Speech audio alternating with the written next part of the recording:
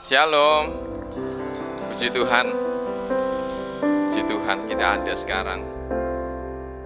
Itu semua karena kebaikan, karena kemurahan Tuhan. Biar kita pakai waktu kita, hidup kita di pagi ini untuk memuliakan Dia saja. Dia layak terima segala pujian kita pagi ini, amin. Dia layak terima tepuk tangan yang terbaik. Dia layak terima segala hormat kita pagi hari ini. Mari kita berdoa. Kami bersyukur kepadamu Tuhan. Kami sangat bersyukur kalau kami ada dalam hadirat-Mu pagi hari ini. Kami ada dalam kemurahan-Mu. Kami mengucap syukur.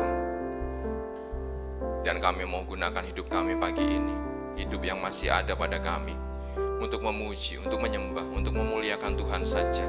Biar Engkau disenangkan Tuhan tengah-tengah ibadah ini. Engkau yang hadir di tengah-tengah kami. Engkau tahu Tuhan, masing-masing kami sangat butuh Tuhan. Kami sangat perlu Engkau. Karena itu biar akhirnya Tuhan, Engkau menjamah kami pagi ini. Memberi kami kekuatan, memberi kami pengharapan, memberi kami pengalaman yang baru bersama dengan Tuhan. Dan kami mau merayakan Tuhan di pagi hari ini. Hadirat-Mu menguasai dan bekerja dengan bebas di antara kami. Karena Tuhanlah yang menguasai ibadah ini dari awal sampai selesai. Terima kasih Roh Kudus, terima kasih. Di dalam nama Yesus kami berdoa. Amin. Puji Tuhan. Mari kita bangkit berdiri. Kita menyambut Tuhan kita yang ada di tengah-tengah kita dengan penuh sukacita. Mari kita sambut Sang Raja. Haleluya.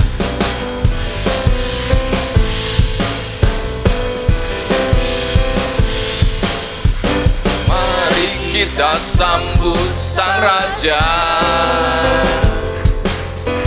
Mari kita puji namanya. Dia yang maha mulia, Dia yang maha kuasa. Yesus, Yesus, Yesus namanya. Mari kita sambut Sang Raja. Mari kita sambut Sang Raja. Mari kita puji namanya. Dia yang maha mulia, Dia yang maha kuasa. Yesus, Yesus, Yesus namanya. Puji Hosana, puji Hosana, puji Hosana, puji Hosana, mulia namanya. Puji Hosana, puji Hosana, puji Hosana, mulia namanya. Amin. Mari kita sambut, mari kita sambut Sang Raja. Mari kita puji namanya.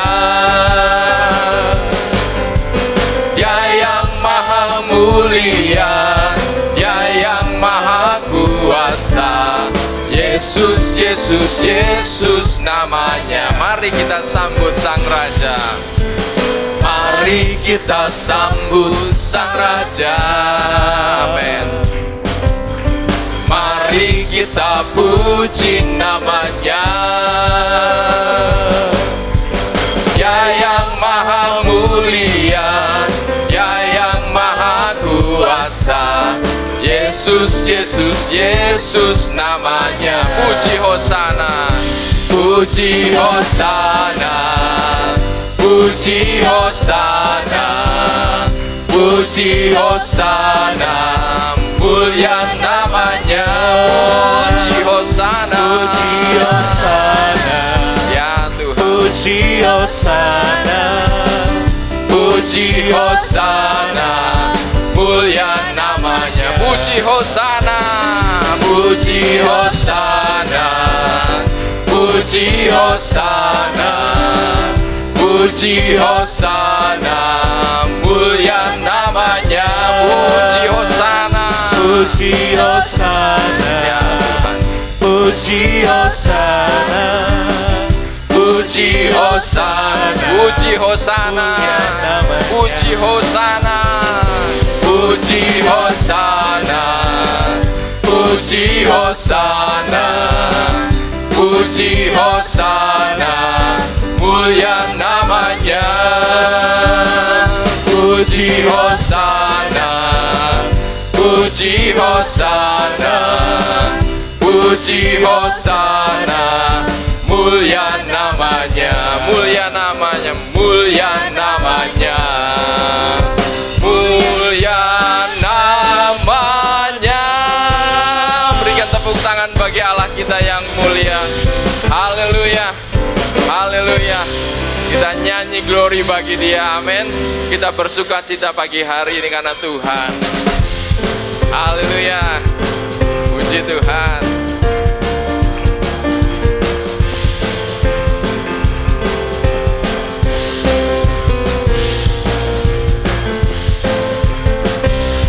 Nyanyi glory, glory, glory bagi Sang Raja. Oh, nyanyi glory, glory, glory bagi Sang Raja. Nyanyi glory, glory, glory bagi Sang Raja. Mari rayakan dan nyanyi. Mari serukan, mari serukan, hei serukan, hei bawa Yesus Sang Raja. Oh, mari serukan, hei serukan, bawa Yesus Sang Raja. Mari serukan, hei serukan, bawa Yesus Sang Raja. Mari rayakan dan nyanyi. Kita akan merasa bahagia bila kita menyembah Dia. Kita akan merasa sukacita bila kita semua nyanyi glory, glory, glory bagi Sang Raja. Oh, nyanyi glory, glory, glory bagi Sang Raja. Nyanyi glory, glory, glory bagi Sang Raja. Mari rayakan dan nyanyi. Mari serukan, mari serukan, hei serukan, bawa Yesus Sang Raja. Oh, mari serukan, serukan, bawa Yesus Sang Raja.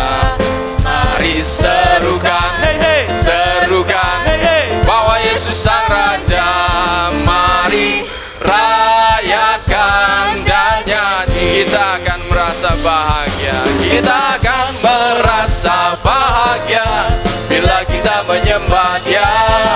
Kita akan merasa sukacita bila kita semua nyanyi glory, glory, ya Tuhan, glory bagi Sang Raja. Oh, nyanyi glory, glory, glory bagi Sang Raja. Nyanyi glory, glory, glory bagi Sang Raja.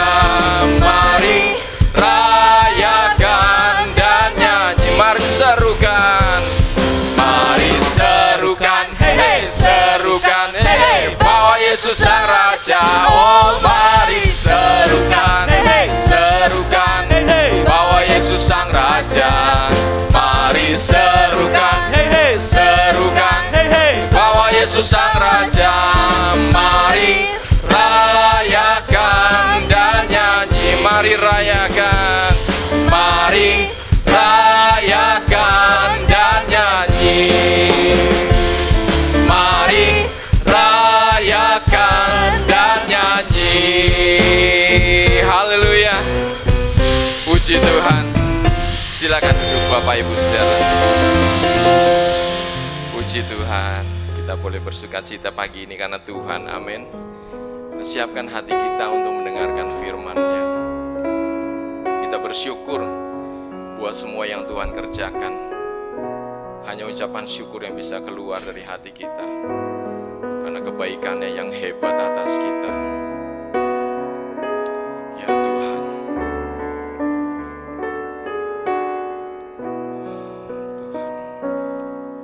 dengan hati bersyukur pada yang hidup, syukur diberikan karena anaknya Yesus. Dengan hati bersyukur, ya Tuhan, Allah yang ya Tuhan hidup, Yesus, syukur kepadamu. syukur diberikan karena anaknya Yesus. Ini yang lemah berkata aku kuat, yang lemah berkata ku kuat, dan yang miskin berkata ku kaya, karena perbuatannya pada kita. Kini yang lemah, kini yang lemah berkata ku kuat, dan yang miskin berkata ku kaya, karena perbuatannya pada kita. Syukur dengan hati bersyukur, dengan hati bersyukur ya Tuhan. pada Allah yang hidup, Ya Tuhan Yesus, syukur diberikan karena anaknya Yesus. katakan dengan hati bersyukur, dengan hati bersyukur pada Allah yang hidup, syukur diberikan karena anaknya Yesus. Kini yang lemah berkata ku kuat, yang lemah berkata ku kuat, dan yang miskin berkata ku kaya, karena perbuatannya pada kita. Kini yang lemah, ya Tuhan, yang lemah berkata ku kuat, dan yang miskin berkata ku kaya, karena perbuatannya pada kita. Kini yang lemah berkata ku kuat, dan yang miskin berkata ku kaya, karena perbuatannya pada kita. Kini yang lemah berkata ku kuat, dan yang miskin berkata ku kaya, karena perbuatannya pada kita. Kini yang lemah berkata ku kuat, ya Tuhan, yang lemah berkata ku kuat, dan yang miskin berkata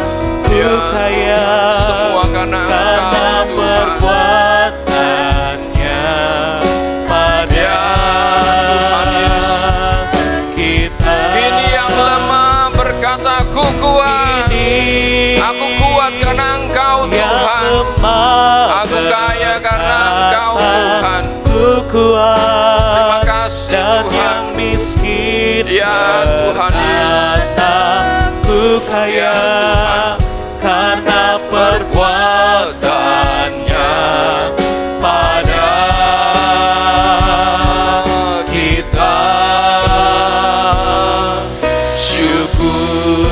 Syukur, kita bersyukur kepada Tuhan.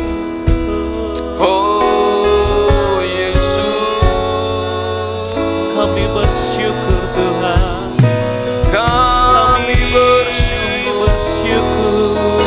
Bapa, Kau Haleluya, haleluya. Oh, Yesus kami bersyukur. kami menyembah-Mu, kami Kami sembahkan, bersyukur. kami sembahkan. Tuhan, Engkau baik, kami menyembah-Mu, kami sembahkan. Ya Tuhan, Kami kami bersyukur. Ya Yesus, Haleluya, kami bersyukur. haleluya. Kami bersyukur. Kami bersyukur ya Tuhan. Yesus Tuhan, Engkau baik. Ya Yesus, kami bersyukur. Kami bersyukur. Kami bersyukur. Haleluya. Haleluya.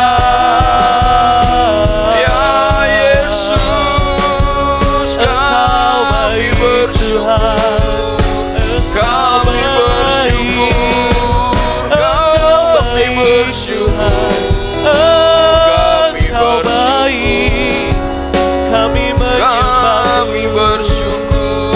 Ya Yesus, kami bersyukur Tuhan. Buat terpujilah nama-Mu, kami bersyukur ya Yesus.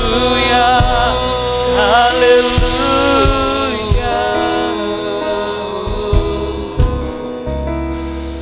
Oh Yesus,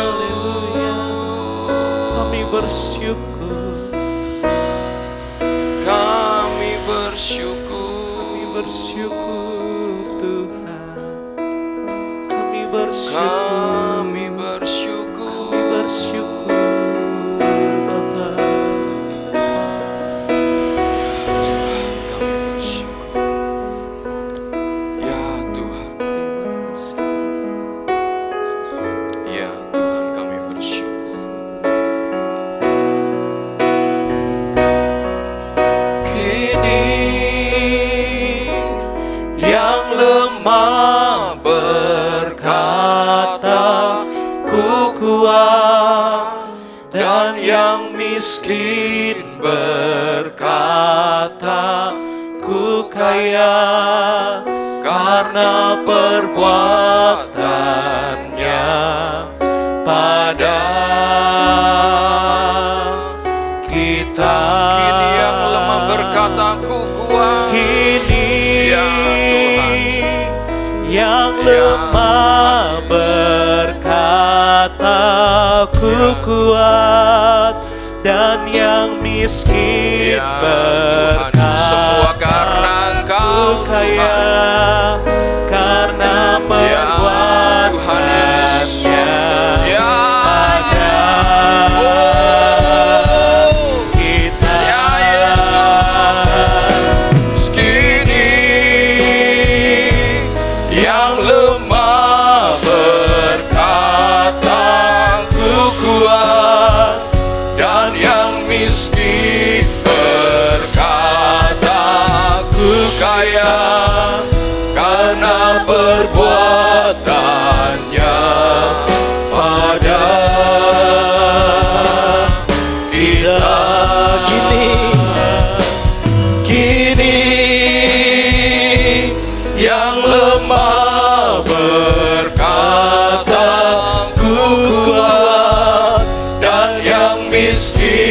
berkataku kaya karena perbuatannya pada kita. Syukur. Kami bersyukur buat segala yang baik yang Tuhan kerjakan dalam hidup kami. Karena tidak mungkin ada rancangan yang jahat di dalam pribadi yang baik. Tidak ada sedikit pun rancangan dan unsur kejahatan di dalam dirimu. Itu sebabnya kami deklarasikan bahwa segala hal yang Tuhan buat dalam hidup kami, semuanya itu baik, bahkan yang terbaik bagi hidup kami. Karena itu kami mengucap syukur untuk semua hari-hari yang kami sudah lalui. Karena kami percaya ada tangan Tuhan yang tidak terlihat, yang kuat dan gagah perkasa, yang terus memimpin kami, menggiring kami untuk terus ada di dalam pusat kehendak-Mu, supaya lewat hidup kami Engkau dipermuliakan. Ini waktunya kami mau tenangkan hati kami dengan sikap hati yang terbuka, karena kami tahu itu respon yang benar di hadapan Tuhan untuk menerima pengajaran-Mu, menerima firman-Mu, menerima nasihat-Mu, bahkan mungkin itu menjadi teguran buat kami. Kami siap ya Tuhan, dan tolonglah hamba-Mu dengan bahasa yang sederhana, supaya setiap kami yang menerima firman-Mu kami diberkati oleh Tuhan. Di dalam dan demi nama Yesus Kristus kami siap terima firman-Mu. Haleluya. Amin. Shalom Bapak Ibu, apa kabar? Ya, kita akan bersama-sama belajar satu kebenaran firman Tuhan. PowerPoint bisa ditampilkan. Hari ini saya mau bicara tentang Heart of Christmas. Ya, oke. Nah, ini tema dan topik kita pagi hari ini. Kita ada di bulan Desember, di mana semua gereja-gereja telah mempersiapkan perayaan Natal. Bahkan kalau di Manado sudah merayakan Natal. Ya, salah satu teman bilang kita udah merayakan Natal di Manado. Ya, beberapa gereja juga sudah mempersiapkan segala sesuatunya. Nah, Bapak Ibu, kata heart itu juga bukan hanya bicara tentang hati, tapi juga diterjemahkan sebagai jantung. Ya, nah, apa yang menjadi jantung dari perayaan Natal kita? Bapak Ibu, hari ini saya ingin mengajak kita. Kenapa? Dengan memahami ini, saya berharap bahwa kita benar-benar memiliki sikap hati yang benar ketika kita merayakan Natal. Setiap kali kita memperingati hari kelahiran Yesus, kita memperingatinya dengan sebuah pemahaman, dengan spirit Natal yang benar. Nah, mari kita lihat apa sih yang menjadi jantung, detak jantung daripada Natal itu sendiri, ya. Nah, Bapak Ibu, jantung ya atau detak daripada detak jantung daripada perayaan Natal kita sebenarnya adalah bicara tentang kasih Tuhan yang begitu besar.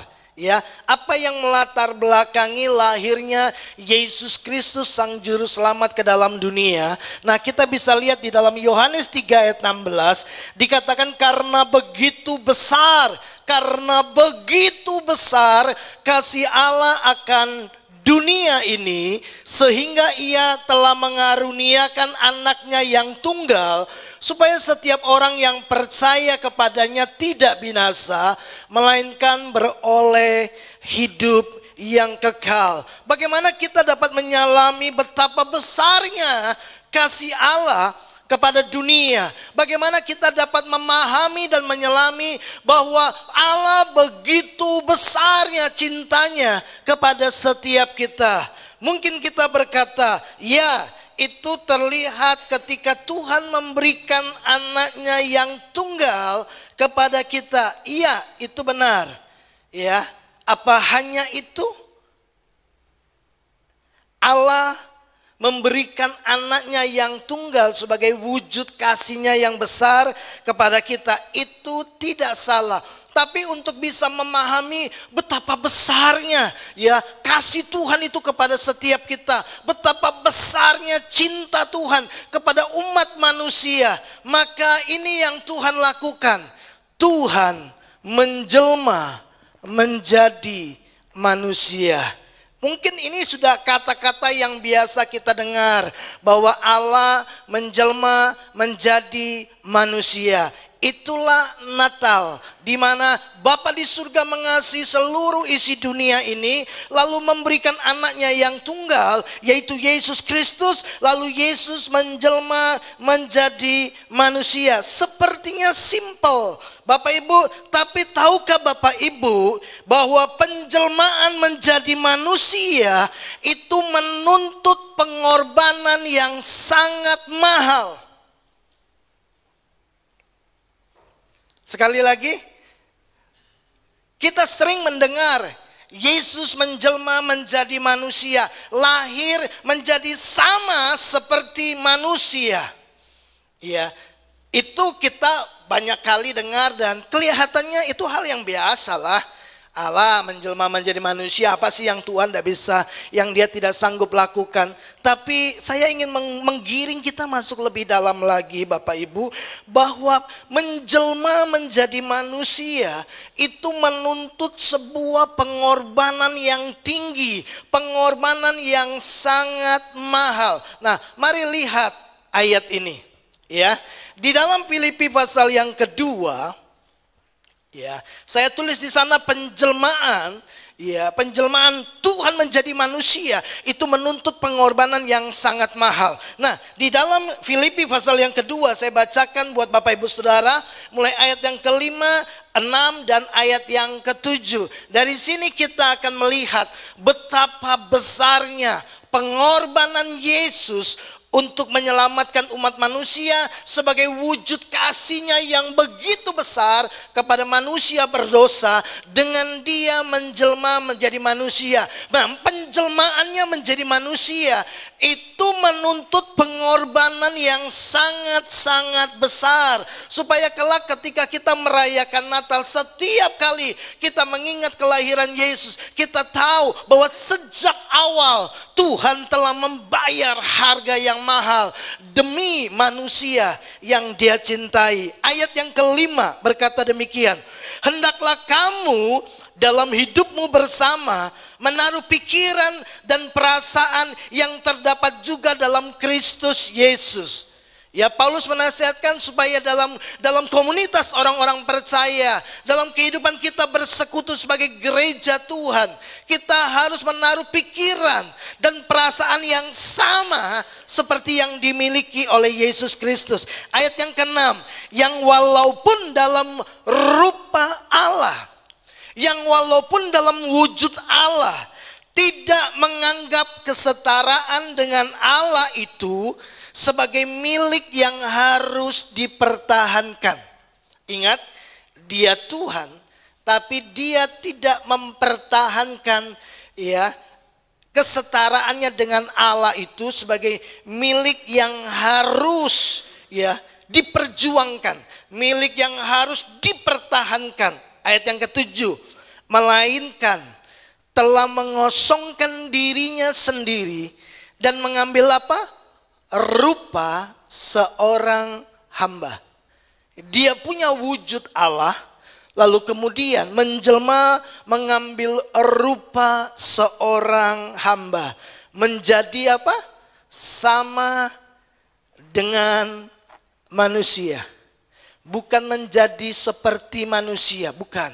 Kalau menjadi seperti manusia berarti cuma mirip manusia. Tapi Alkitab berkata dia menjadi sama dengan manusia, sama dengan manusia. Ya, jadi Tuhan menjadi manusia. Nah, mari saya mau tunjukkan 3 hal kepada Bapak Ibu Saudara. Kalau saya sebutkan bahwa penjelmaan Yesus Kristus lahir menjadi sama dengan manusia, itu menuntut pengorbanan yang besar. Itu beberapa hal saya sodorkan kepada Bapak Ibu Saudara menjadi perenungan kita hari ini. Supaya kita memahami dan menyalami. Setiap kali kita merayakan Natal kita tahu gini, bahwa benar kasih Allah itu begitu besar dalam hidup kita. Dari mana saya tahu? Dari pengorbanannya ketika dia menjadi manusia. Yang pertama, ya, dari pribadi yang tidak terbatas menjadi terbatas. Ingat, Yesus dari rupa Allah, dia pribadi yang bebas, dia pribadi yang tidak terbatas. Kemudian dia memutuskan membatasi dirinya sendiri dalam tubuh yang terikat seperti ini, yang dibatasi oleh jarak, waktu dan tempat. Tuhan yang tidak terbatas, Tuhan yang bisa menembus tembok, Tuhan yang tidak bisa dibatasi oleh waktu, ruang dan tempat, tiba-tiba memutuskan menjelma menjadi manusia, masuk di dalam tubuh manusia, dan yang sangat terbatas. Dia tidak bisa hari ini di detik yang sama di Yerusalem, tiba-tiba dia ada di Galilea, tidak bisa. Dia membatasi ruang geraknya di dalam tubuh yang terikat ini. Itu tidak gampang Bapak Ibu. Nah, untuk menyelami ini saya pikir begini. Bapak Ibu cobalah kita coba ilustrasikan. Ketika saudara mungkin mengasihi anak saudara, kemudian anak saudara melakukan pelanggaran hukum, dan dia harus dipenjara, dan kita tahu ada di dalam penjara itu tidak lagi bisa bebas, ya, terkukung di dalam sel yang kecil, yang bau, yang gelap, pengap gitu, ya. Kemudian tidak bisa keluar seenaknya, dibatasi oleh waktu, ruang dan tempat, sangat terbatas. Tidak bisa lagi dia main PlayStation, dia tidak bisa lagi pegang handphone. Kita sadar itu betapa menderitanya anak saya kalau dia ada di dalam penjara. Lalu karena kasih kita yang besar kepada anak kita, kita memutuskan begini, biar saya saja yang dipenjara. Kita yang selama ini bisa pergi kemana saja, kita bebas melakukan apa saja.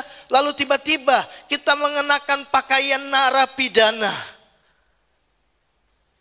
Dan kita tidak lagi bebas. Kita nggak bisa lagi melakukan seperti waktu kita ada di luar penjara. Kita telah membatasi diri kita dengan pakaian narapidana. Pakaian narapidana itu telah membatasi ruang gerak kita, waktu kita. Kita nggak bisa lagi semau kita menerima kunjungan, nggak bisa, dibatasi. Ya, ruang gerak tempat kita juga dibatasi. Saudara bisa bayangkan kita yang bebas tiba-tiba masuk dalam penjara yang terkukung, yang terikat dengan aturan-aturan dan tidak bisa berbuat semau kita. Yesus Kristus mengambil pengorbanan itu dari pribadi yang tidak terbatas, pribadi yang bebas, tiba-tiba mengambil pengorbanan yang besar ini menjadi manusia yang terikat, yang terbatas dengan waktu, tempat, dan juga jarak. Itu tidak mudah. Saudara, kalau kita orang kaya, lalu tiba-tiba begini, tidak usah gitulah. Bapak Ibu, begini saja. Kalau Bapak Ibu punya handphone yang paling mahal, taruhlah berkisar sekitar 20 juta. Dan Bapak Ibu menikmati semua fasilitas yang ada, ya. Bapak Ibu begitu senang sekali dengan handphone itu. Boleh nggak Bapak Ibu, ya, Bapak Ibu kasih tukar, ya.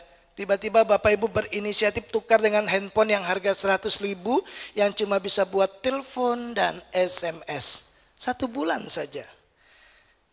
Saya pikir kita akan sangat-sangat menderita dengan hal itu. Biasanya bisa WA, biasanya bisa YouTube, biasanya bisa lihat TikTok dan lain sebagainya, ya. Bisa Google, bisa Zoom, bisa tiba-tiba saudara tukar gitu. Saya memutuskan begini, aku mau coba gimana rasanya jadi orang miskin. Mulai dari situ saja, saya mau tukar handphone saya dengan yang 100.000, ya, yang harganya cuma 100.000 dari 20 juta yang bisa foto bagus sekali, ya. Tiba-tiba saudara cuma dapat handphone yang cuma bisa untuk SMS dan telepon saja. Saya percaya 1 bulan itu Satu bulan yang paling menyusahkan hati, betul? Saudara, pasti satu hari saya sudah gelisah. Saya lihat orang-orang pegang handphone, taruh sebentar aja, sebentar lagi dipegang lagi. Ya, orang bisa sepanjang hari pegang handphone. Ya, enggak tahu apa saja yang dilihat, tapi sepanjang hari begitu betah. Ya, menyenangkan sekali, antusias sekali lihat status orang, lihat apa yang ada di Facebook, foto di mana orang kuliner kemana-mana. Kita ikut senang ketika teman-teman kita kuliner, kita ikut senang. Kita kasih like, kita kasih jempol gitu kan. Lalu tiba-tiba saudara pegang handphone yang cuma bisa SMS dan telepon. Lalu kemudian nggak ada juga yang telepon saudara.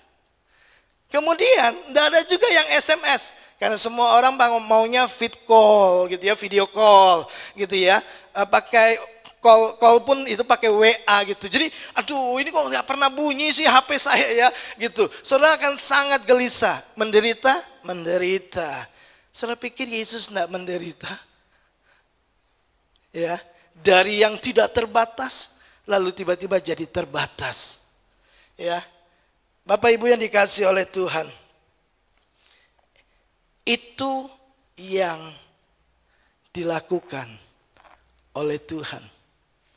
Saya lihat demi saudara dan saya, dia yang tidak terbatas rela menjadi terbatas dalam tubuh manusia yang terbatas, yang terikat oleh jarak, waktu dan tempat ini. Ya, nah, seringkali kita melihat indahnya kelahiran Kristus di setiap malam Natal. Tahukah Bapak Ibu Saudara, surga membayar mahal untuk mewujudkan peristiwa itu? Kita melihat, wah, perayaan Natal begitu menyenangkan, orang semua happy. Kita cuma sekedar tahu gini, oh Yesus Kristus Tuhan yang baik telah lahir menjadi manusia, menjadi juru selamat, olehnya setiap yang percaya akan beroleh hidup yang kekal, mati masuk surga. Kita hanya sebatas tahu tentang kelahirannya, tapi kita nggak tahu bagaimana Yesus dengan kasih yang begitu besar menggiring, mendesak dia mengambil keputusan dengan sebuah pengorbanan yang sangat mahal. Ya, menjadi manusia berarti dia terbatas. Itu. Dan surga bayar mahal. Sementara kita merayakan Natal ya tanpa kadang-kadang memahami betapa besarnya pengorbanan Yesus Kristus.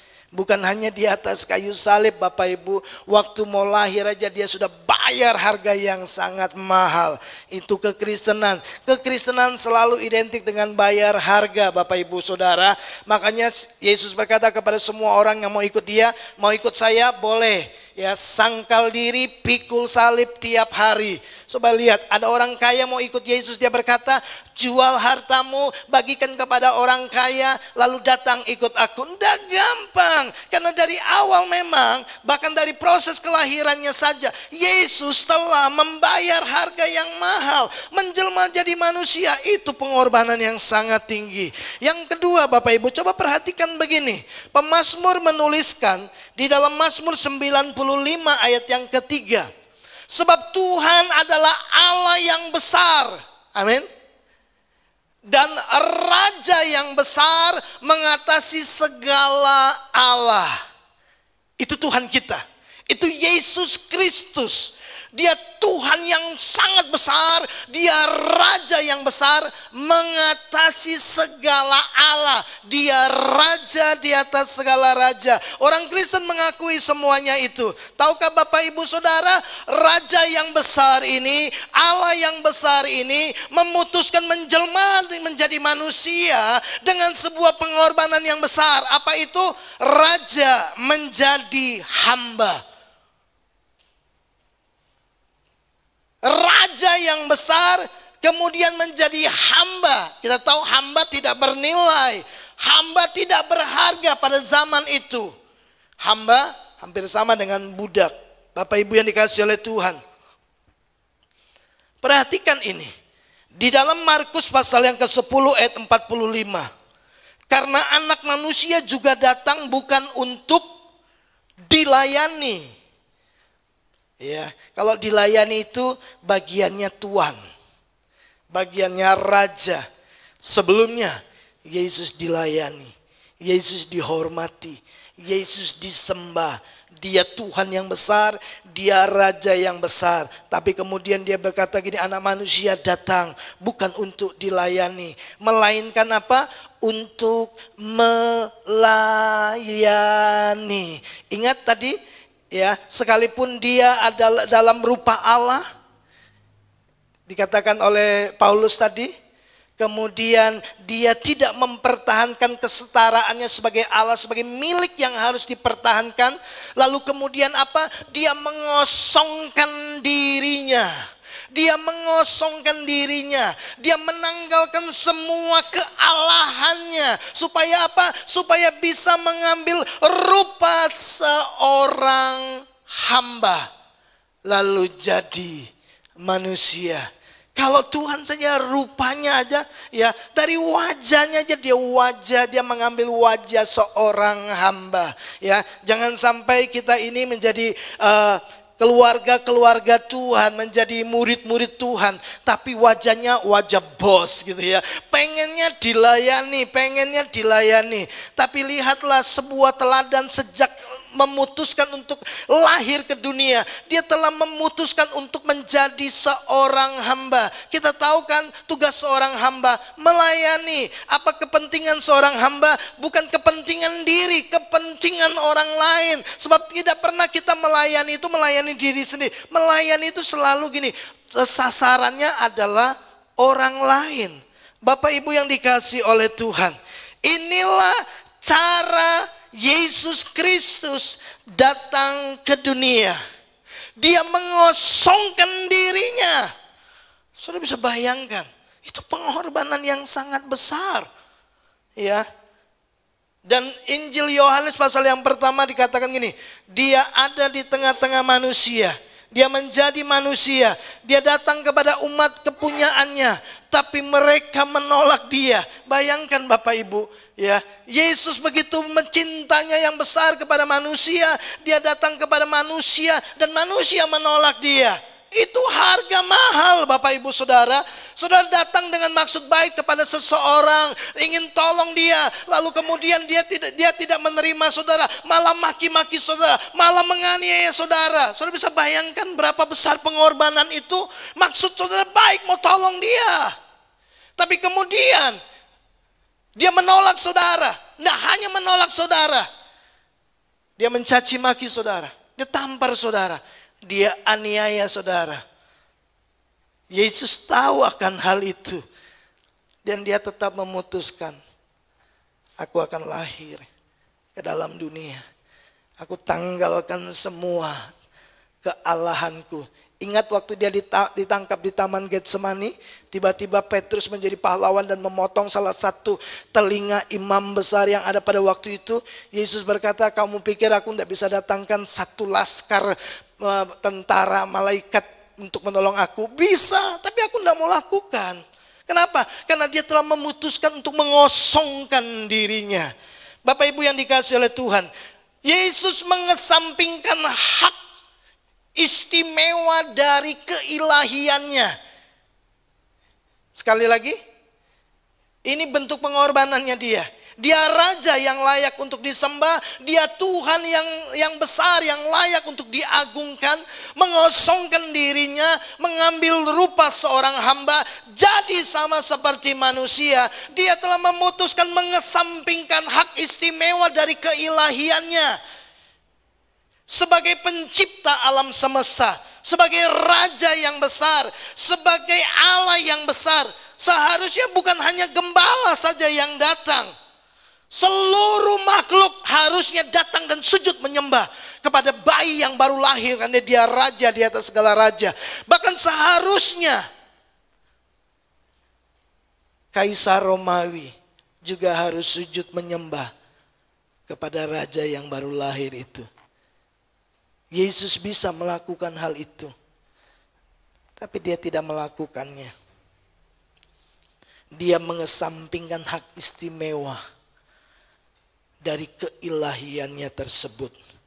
Paulus menyebut Yesus mengosongkan dirinya dari rupa Allah kemudian mengambil rupa manusia, menjadi seorang hamba, bukan lahir sebagai raja.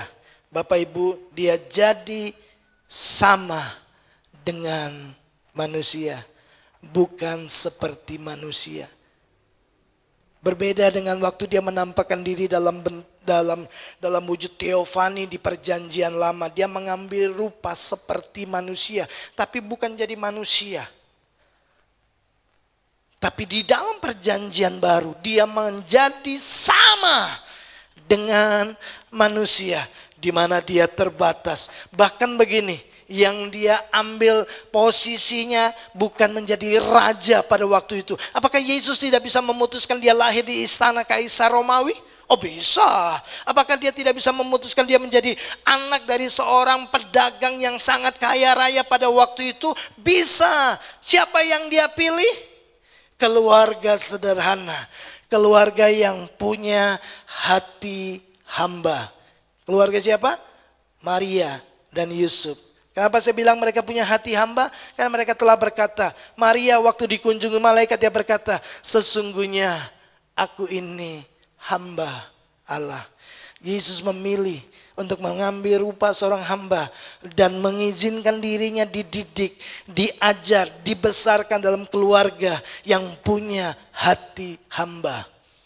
Bapak Ibu yang dikasihi oleh Tuhan, lihatlah, inilah yang dilakukan oleh Tuhan. Bukankah itu telah membuktikan kepada kita bahwa benar dia sangat mengasihi kita. Dan wujud dari kasihnya, dia menjelma menjadi manusia yang menuntut pengorbanan yang sangat mahal. Yang ketiga, Bapak Ibu, yang terakhir, dia yang kaya menjadi miskin. Apa yang Tuhan tidak punya? Sebagai raja yang besar, sebagai pencipta segala sesuatu, apa yang dia tidak punya? Ingat, iblis pernah datang kepada Yesus dan berkata, ya, ada tertulis. Wah, iblis juga pintar itu pakai firman. Ya, coba jadikan batu menjadi roti. Loh, saudara lihat. Bagi Yesus mah satu kali berbicara jadi. Dia yang kaya rela menjadi miskin. Coba lihat di dalam 2 Korintus 8 ayat yang ke-9. Karena kamu telah mengenal kasih karunia Tuhan kita Yesus Kristus, bahwa ia yang oleh karena kamu menjadi miskin, oleh karena kita Yesus memilih jadi miskin. Ya, saya percaya tidak ada orang ya yang mau jadi miskin. Orang mau jadi kaya. Coba, siapa yang mau jadi miskin hari ini? Ada ya? Kalau ada kan saya bisa daftar pertama. Tolong hartanya transfer, uangnya transfer ke rekening gereja. Ya, mobilnya langsung balik nama atas nama gereja. Semua, tiba-tiba saudara jadi miskin gitu kan. Ada yang bersedia dalam satu hari miskin gitu? Nggak ada. Orang maunya jadi kaya. Nggak ada yang mau jadi miskin. Yesus memilih menjadi miskin karena kita. Sekalipun ia kaya, supaya kamu menjadi kaya oleh karena kemiskinannya. Di dalam Injil Lukas, Bapak Ibu, ketika malaikat datang menampakkan diri kepada para gembala, ya, yang sedang menggembalakan kawanan domba. Injil Lukas pasal 2 ayat yang ke-11, ya, saya ingin baca berita ini buat Bapak Ibu Saudara. Ya, di Injil Lukas pasal 2 ayat yang ke-11 saya tidak tampilkan, tapi saya ingin baca buat Bapak Ibu Saudara. Dikatakan begini, hari ini telah lahir bagimu juru selamat, yaitu Kristus Tuhan di kota Daud.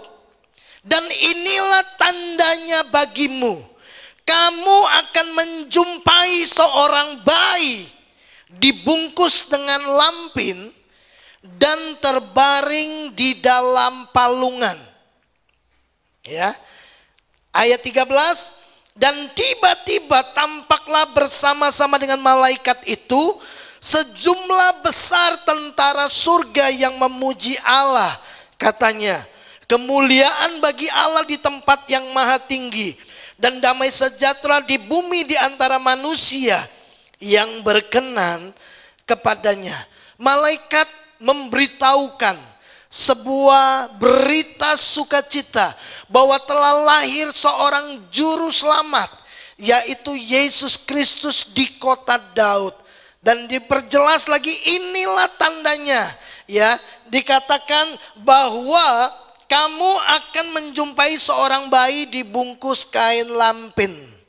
Ya, mungkin ada banyak bayi yang lahir pada malam itu dibungkus sama kain lampin. Tapi tanda ini semakin diperjelas, dikatakan dan terbaring di dalam palungan. Kita tahu palungan tempat makanan ternak. Ya, keledai makan di situ, kawanan domba juga makan di situ. Jadi ini bukan ranjang bayi, ya. Ini tempat makanan ternak. Yesus terbaring di dalam palungan. Itu bukan tempat yang baik, ya. Bapak Ibu, dikatakan begini, lahir dibungkus kain lampin, terbaring di dalam palungan. Gembala miskin saja, gembala yang miskin loh, kalau dia memiliki anak, dia tidak akan taruh anaknya berbaring di dalam palungan. Betul? Setuju Bapak Ibu?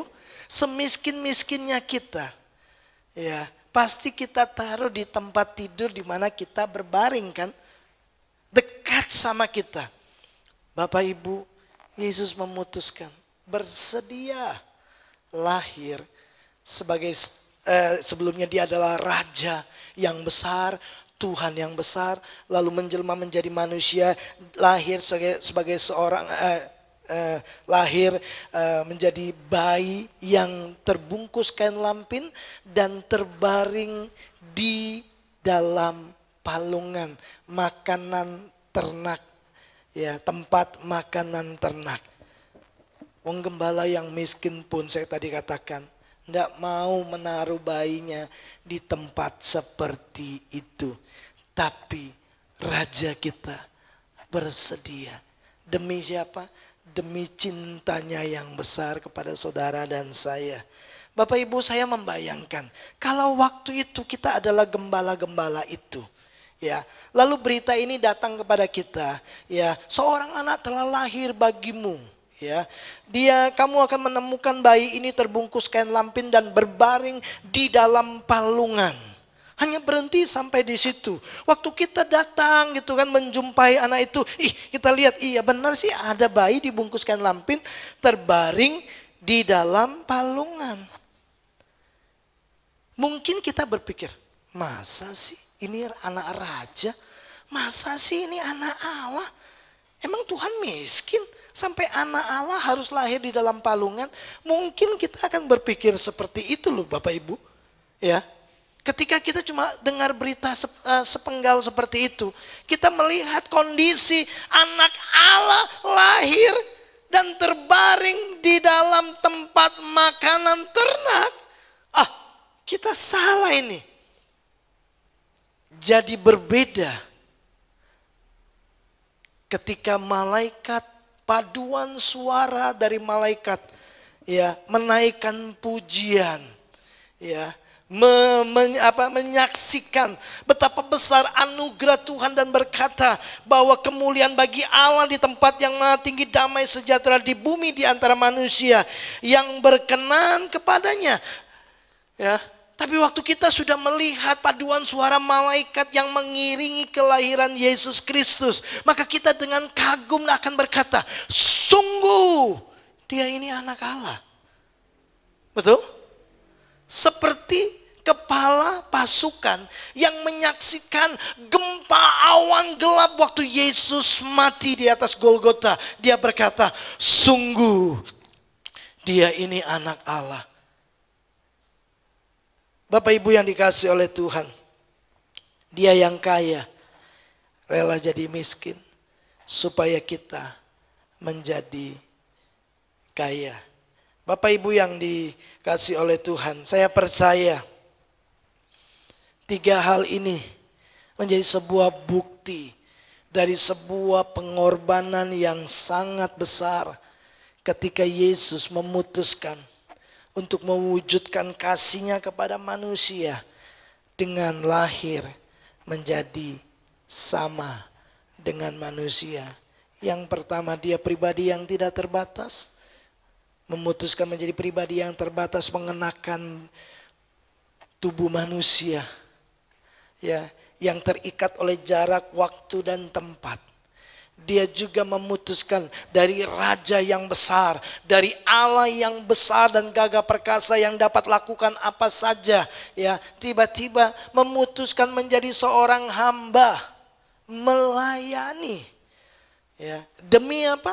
Demi cintanya yang besar kepada manusia. Bahkan Bapak Ibu, dia yang kaya rela jadi miskin supaya kita kaya di dalam berbagai macam kebaikan. Kita kaya dalam kemurahan. Bapak Ibu, jangan selalu mengkonotasikan kaya ini berarti aduh uangku harus banyak ya. Kata kaya itu menggunakan kata plouteo. Artinya begini, kita disuplai dengan limpah, kaya akan sumber daya sehingga kita bisa memberikan kepada banyak orang berkat keselamatan untuk semua orang. Lewat apa? Lewat pelayanan kasih. Itu yang diajarkan oleh Paulus. Paulus bilang begini kepada jemaat di Korintus, kamu tuh kaya dalam beragam dalam segala sesuatu. Kamu kaya dalam iman, kamu kaya dalam kemurahan, kamu kaya dalam kata-kata. Tapi Paulus berkata begini, aku berharap kamu kaya juga dalam pelayanan kasih, ya, membagi, ya. Nah, mari lihat. Saya mau selesai dengan ini. Bapak Ibu, kita tahu bahwa Allah adalah kasih. Apa yang menggerakkan Tuhan mau lahir ke dalam dunia? Simple. Karena kasih-Nya yang begitu besar kepada manusia. Amin. Ya, kemudian dia menjelma menjadi manusia. Menjelma menjadi manusia tidak sesimpel itu, Bapak Ibu. Ya, menjelma menjadi sama dengan manusia, menuntut pengorbanan yang sangat mahal. 3 pengorbanan tadi yang sudah Yesus tunjukkan betapa dia mencintai Bapak Ibu Saudara. Allah itu adalah kasih. Kita tahu 1 Korintus pasal 13, kasih itu salah satunya rela berkorban. Betul? Yesus rela berkorban.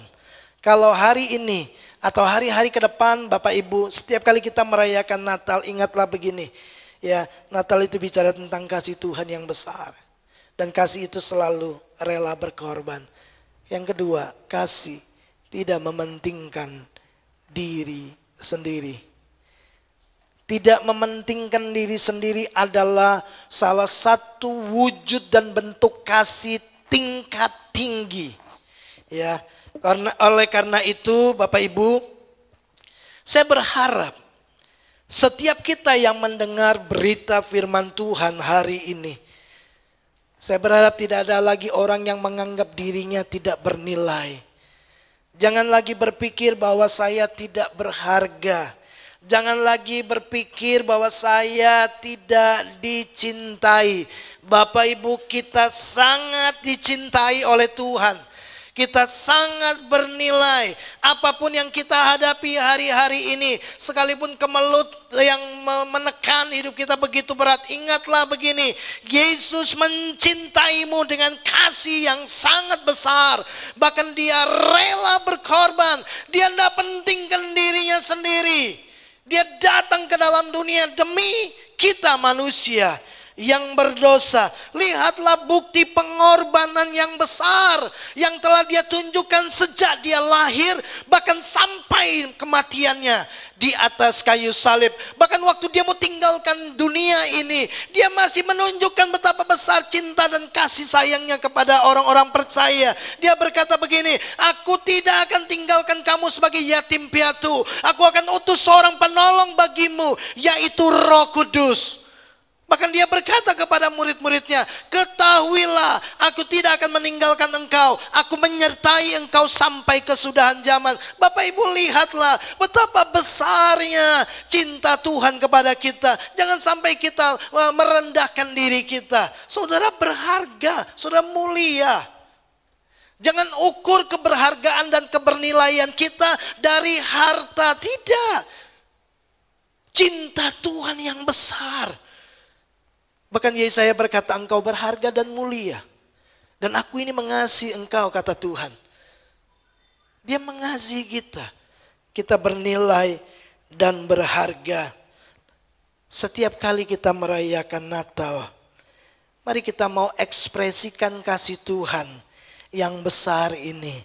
Bapak Ibu, kita tahu, masih ingat ketika kita ulang tahun saya share bahwa ekspresi kasih itu selalu diwujud nyatakan dalam dua tindakan, memberi dan melayani. Tidak mungkin kita bisa memberi kalau kita nggak punya hati rela berkorban, betul? Saudara tidak akan mungkin rela memberi kalau saudara nggak punya hati rela berkorban. Saudara tidak mungkin memberi kalau saudara masih mementingkan diri sendiri. Tidak mungkin saudara bisa mengasihi. Tidak mungkin saudara bisa memberi kalau masih pikirkan diri sendiri. Itu sebabnya God is love. Tuhan itu kasih. Dan kasih itu selalu rela berkorban. Yesus rela berkorban. Yesus tidak mementingkan dirinya sendiri. Ya, dia datang ke dalam dunia sekalipun harganya sangat-sangat mahal. Yang kedua, melayani. Tidak mungkin kita bisa melayani kalau nggak punya sikap hati rela berkorban.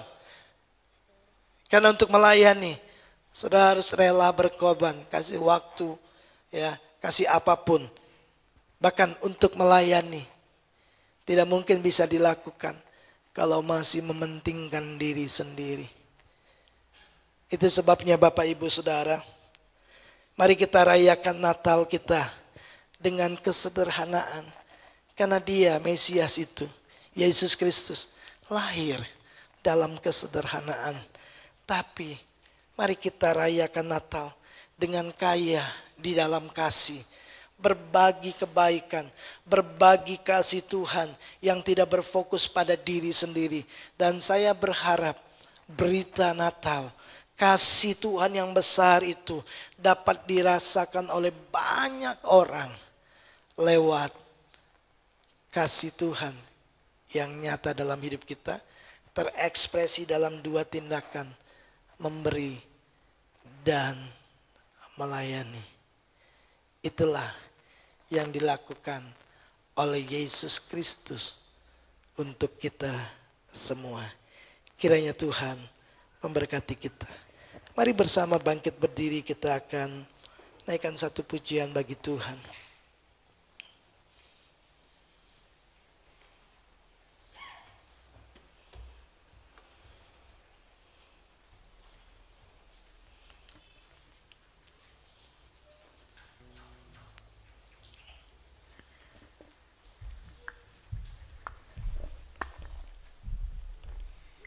Mari arahkan hati kita kepada Dia.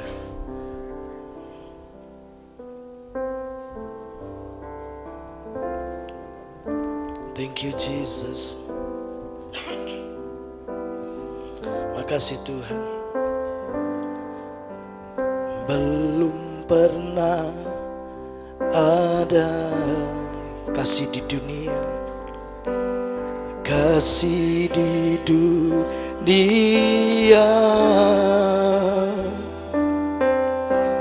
sanggup menerima diriku apa adanya selain kasih-Mu Yesus. Takkan ada lagi kasih seperti ini. Takkan ada lagi kasih seperti ini. Sanggup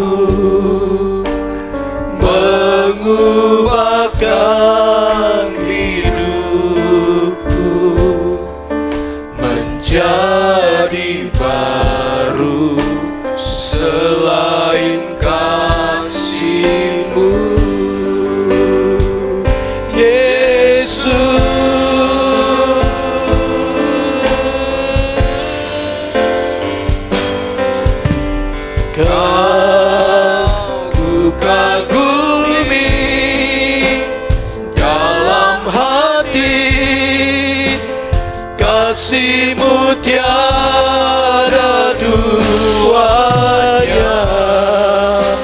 Sampai kini ku akui, kasih-Mu tiada duanya. Mari dengan lebih sungguh kita naikkan pujian ini bagi Tuhan. Belum pernah ada kasih di dunia, kasih di dunia sanggup menerima diriku apa adanya, selain kasih-Mu, Yesus. takkan ada lagi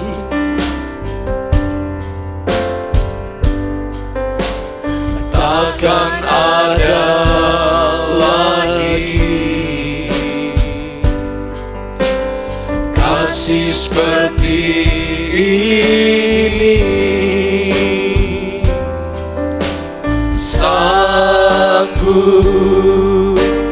mengubahkan hidupku menjadi baru, selain kasih-Mu, Yesus.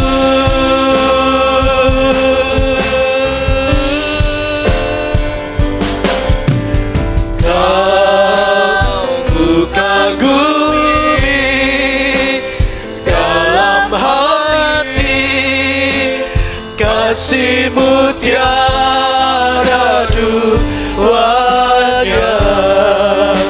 Sampai kini ku akui, kasih-Mu tiada dua.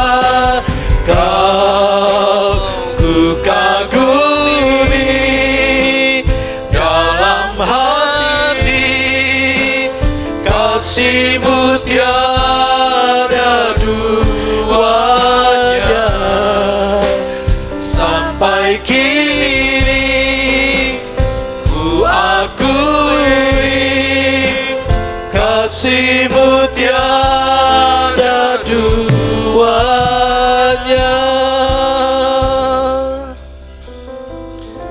Kami mengucap syukur buat kebaikan Tuhan.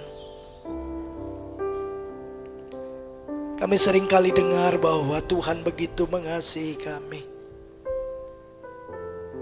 Hari ini kami semakin diteguhkan betapa besar kasih yang Kau nyatakan kepada setiap kami, orang-orang berdosa yang seharusnya kami binasa di dalam neraka, dalam kekekalan. Tapi karena kasih-Mu yang besar, Engkau bersedia menjadi sama dengan manusia, dengan sebuah pengorbanan yang sangat-sangat bernilai, dengan pengorbanan yang sangat tinggi, dengan harga bayar yang sangat mahal. Engkau pribadi, Kau pencipta langit bumi dan segala isinya yang tidak terbatas oleh apapun, memutuskan menjadi manusia, dari yang tidak terbatas menjadi terbatas, terikat dengan tubuh yang fana ini, yang dibatasi oleh waktu, tempat, dan ruang. Bapa, kami bersyukur Engkau pribadi yang agung, yang layak untuk disembah.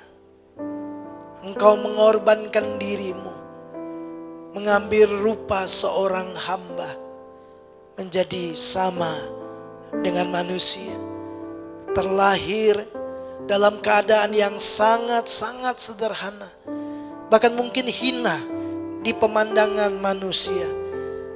kehinaan seperti itu justru sebuah keagungan di pemandangan mata Tuhan.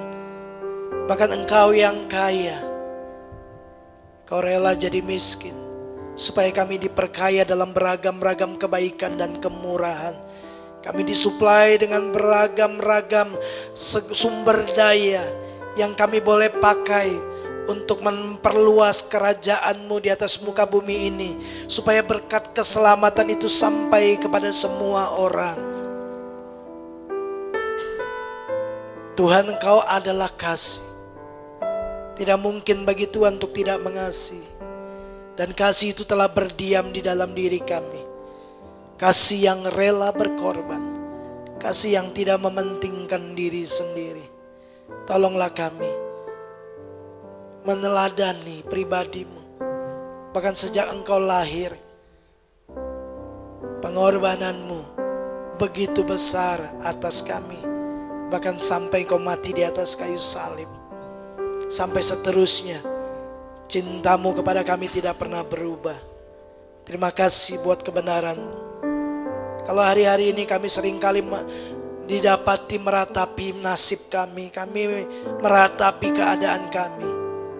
Ampuni kami, biar kami selalu diingatkan bahwa kasih-Mu itu cukup besar bagi kami dan sangat-sangat teramat besar. Itu yang memberikan kepada kami kekuatan untuk tetap berdiri, karena Tuhan tidak pernah meninggalkan kami. Hamba-Mu sudah selesai. Tuhan, tetaplah bersama dengan umat-Mu. Tuhan, menolong mereka dan nyatakan semakin besar kasih-Mu kepada mereka. Terima kasih. Di dalam dan demi nama Yesus hamba berdoa. Amin. Mari kita bangkit berdiri bersama-sama. Kita akan selesaikan ibadah kita. Mari Bapak Ibu arahkan hatimu kepada Tuhan. Kekasih-kekasih Tuhan, Engkau yang dicintai dan dikasihi, Engkau yang sangat bernilai dan berharga di mata Tuhan. Bawalah pulang berkat yang terbaik daripada Allah Bapa yang mengasihi-Mu. Cinta kasih dan kasih karunia dan kebenaran di dalam Yesus Kristus Tuhan kita, lewat persekutuan Roh-Nya yang kudus, kiranya memimpin hari-hari kita, menolong kita untuk bergerak maju, naik pada level-level di mana kita bertumbuh dalam pengenalan akan Tuhan. Kasih kita bertumbuh kembang kepada Tuhan dan kepada sesama. Mengekspresikan kasih Tuhan dalam tindakan-tindakan nyata memberi dan melayani.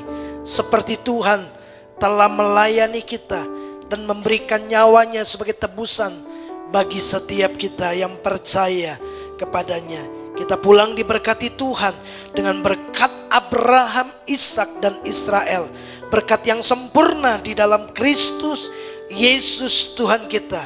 Kita terima berkat ini di dalam satu nama, Tuhan Yesus Kristus. Setiap kita yang percaya diberkati Tuhan, mari sama-sama katakan amin. Tuhan Yesus memberkati kita.